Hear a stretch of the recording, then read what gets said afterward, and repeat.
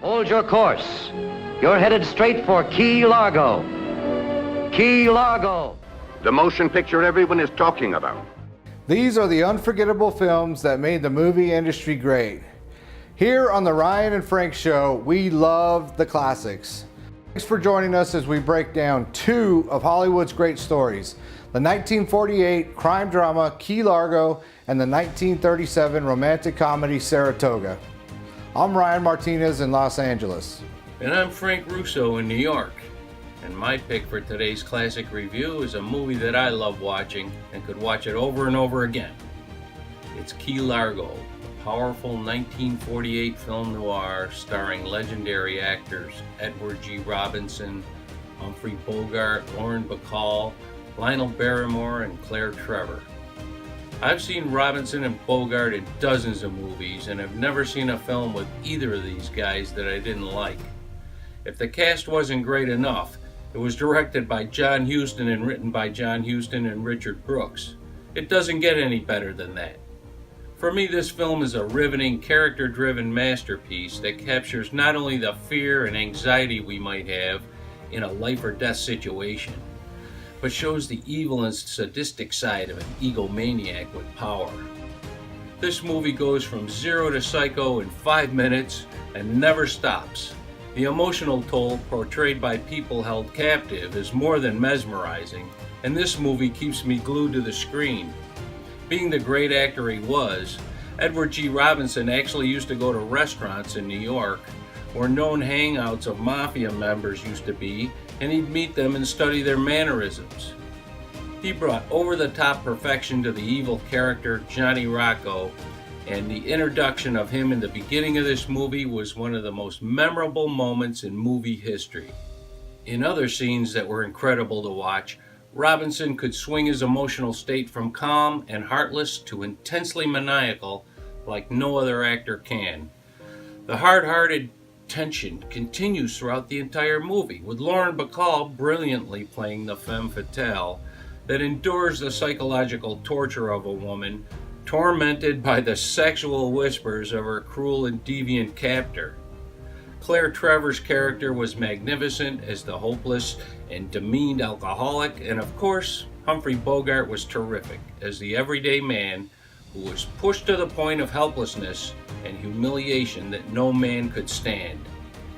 Edward G. Robinson, who is one of my all-time favorite actors, carries this film right through to the end, with Bogart eventually overcoming the odds to beat the bad guys.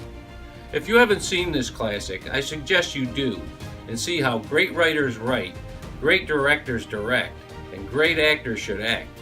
These are real movie stars, not like some of these milquetoast bumpkins that all look alike and can't act. Many of the so-called movie stars of today don't have to have a great story. They can just put in sex or blow something up to keep viewers watching. This movie gets 5 tickets from me on the RF scale. So, Ryan, please tell us about your picking the classic film Saratoga. That is a fun movie with superb actors. A great one for sure.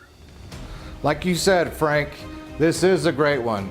The Hollywood classic Saratoga was deemed the unfinished love story of the great Clark Gable and Jean Harlow. This was the last film for famed actress Jean Harlow, who collapsed on set and died a week later during the production. Following Harlow's death, a stand-in was found and the final scenes were completed. But you have to remember, they didn't have the Benjamin Button face-altering CGI technology we have today. The filmmakers at MGM had to truly get creative to mask Harlow's stand-in.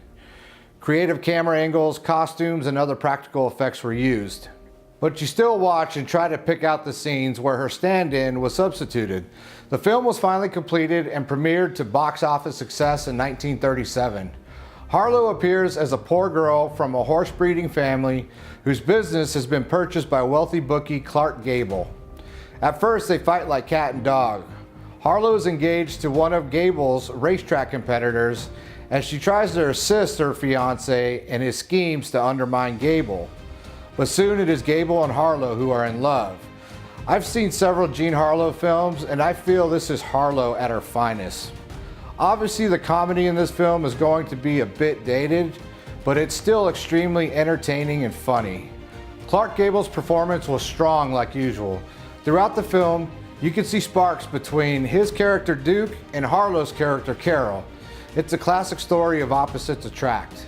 I watch movies because I love to get pulled into a great story, and this one grabbed me right from the start and kept me glued throughout. I give Saratoga 4 out of 5 tickets on the RF scale. If you're a lover of classic films, it's a must-see.